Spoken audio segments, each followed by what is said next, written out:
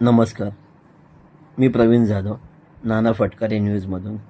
मी तुम्हाला त्याच दिवशी सांगितलं होतं, आपल्याला पत्रकारिता करत असताना समाजाला सुद्धा सोबत घ्यायचं आहे.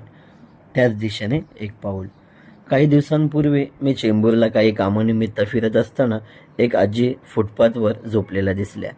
त्यांची विचारपूस केली असता त्यांनी फक्त जेवण मागितलं आणि मी दिलंसुद्धा.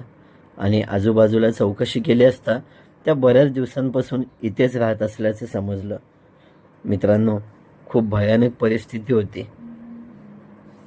त्यांच्या अंगावर कपडे नव्हते, पायाचा एक तळवा नाही. मला राहावेना. माझ्या डोळ्यात अक्षरशः डोळे भरून आले. मी आमचे एक मित्र, वंदन फाउंडेशनचे अध्यक्ष यांना कॉल केला. तात्काळ ते आलेसुद्धा ॲम्ब्युलन्स घेऊन. पण यासाठी कायदेशीर प्रक्रिया पूर्ण करणं गरजेचं होतं. आम्ही पोलिसांना बोलवलं व पुढील प्रक्रिया करून आश्रमात सोडायच्या तयारीत होतो. तर कुठून का होईना त्यांच्या नातेवाईकांना समजलं आणि ते त्यांना घ्यायला आले पोलीस स्टेशनला. आजींना पुन्हा घर मिळालं. खूप समाधान वाटलं. म्हणून नेहमी सांगेन, एक पाऊल समाजाकडे. जय हिंद, जय महाराष्ट्र. धन्यवाद.